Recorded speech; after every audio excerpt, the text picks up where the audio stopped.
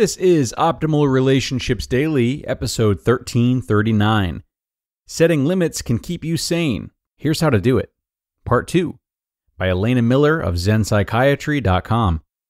Hello, everybody, and welcome back to the show that's all about helping you improve your relationships, Optimal Relationships Daily.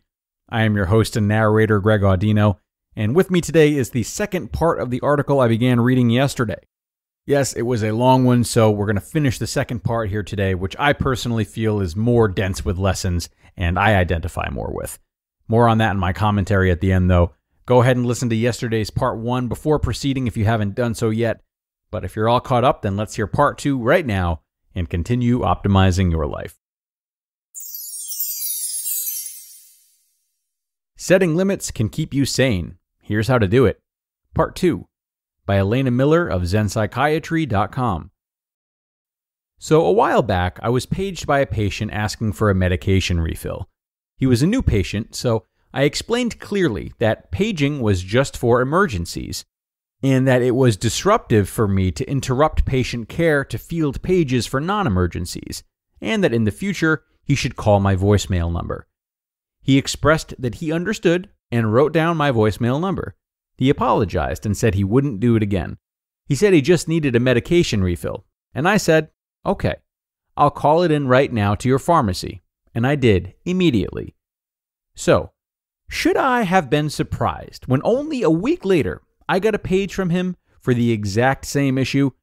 No, I shouldn't have, because he did not hear what I said, he heard what I did.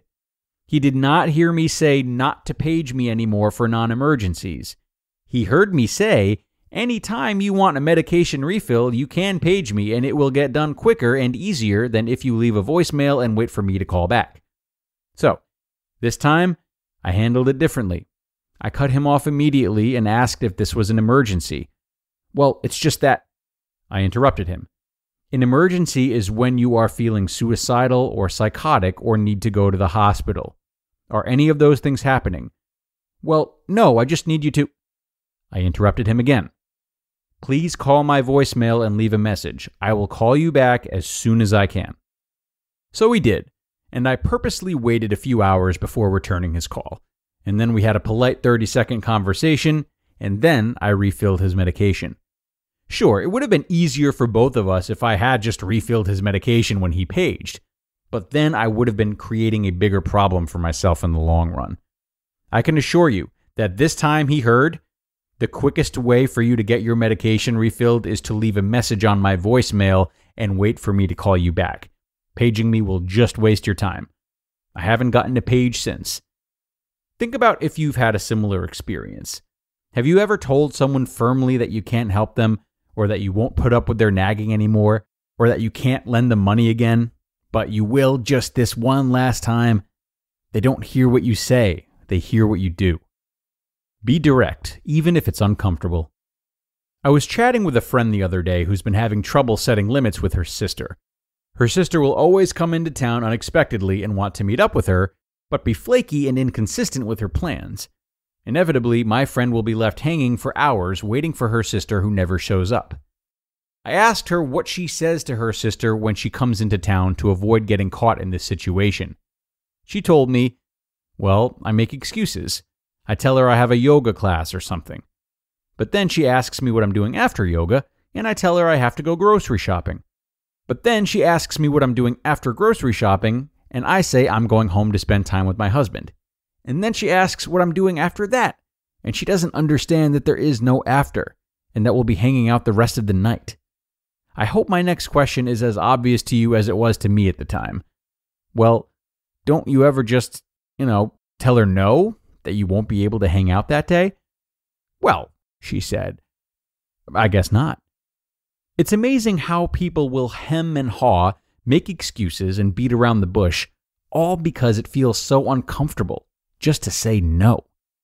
Get used to the sound of no coming out of your mouth, because if you want to stay sane, you're going to be saying it a lot. And if someone's not hearing your no, it's your fault for not being direct enough. Which brings me to my next point. People can handle no a lot better than you think. Often we say yes to things just because we're afraid we're going to hurt the other person's feelings or make them feel bad. But trust me, as someone who's had to say no in some pretty difficult situations, even to the point where I've accidentally crossed that line into being rude, people can handle no a lot better than you think. Try it and you'll see. In my experience, the response is typically something like, "Oh, okay. Well, anyway, I was talking to David the other day, ... The other person will probably move on faster than you will, and the more you do it, the easier it gets. If you ever make a mistake and say no and later regret it, or you feel you were too harsh, you can always go back and apologize and change your mind. People won't hold it against you. If you ever do come across one of those few people who freaks out at the prospect of getting a no, or is rude or threatening to you, then that's on them, not on you. It's not your responsibility to make everyone around you happy all of the time. Let people experience the consequences of their actions. Often we say yes to people we love when we don't want to because they get themselves into difficult situations and we don't want bad things to happen to them.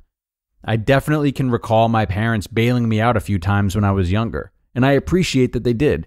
And teenagers in general have a limited ability to control their impulses. Let's say, though, that you have someone in your life who is an adult with a fully developed prefrontal cortex. And no matter how much you help this person, he or she keeps getting in the same bad situation, and you keep bailing them out. You're sending a pretty clear message. The message is, you can mess up as much as you want, take no responsibility for your actions, and I will always be there to inconvenience myself and pick up the pieces.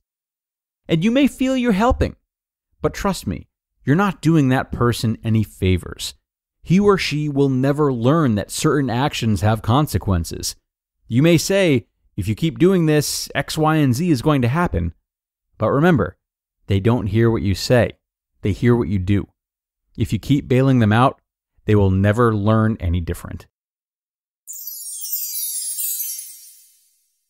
You just listened to part 2 of the post titled, Setting Limits Can Keep You Sane. Here's How to Do It, by Elana Miller of ZenPsychiatry.com.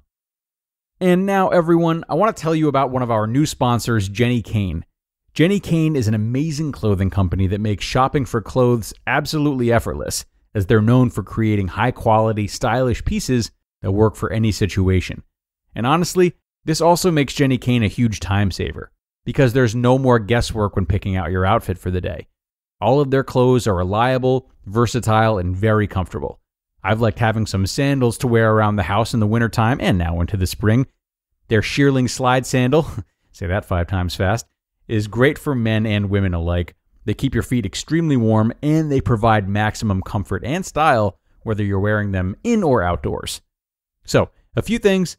First, join Jenni Kayne Rewards. Enjoy exclusive perks and benefits like birthday surprises and early access to new launches.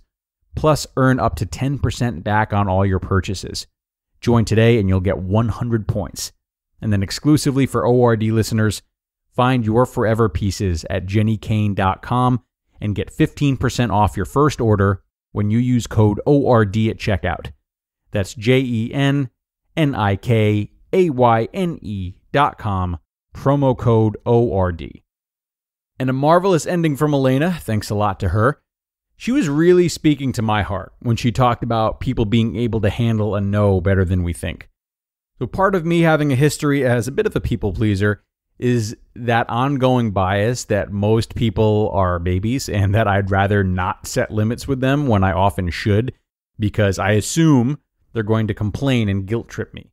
So it feels easier, but also kind of empowering for me to submit to a certain situation and let them have their way, because my biggest preference is not having to listen to them complain.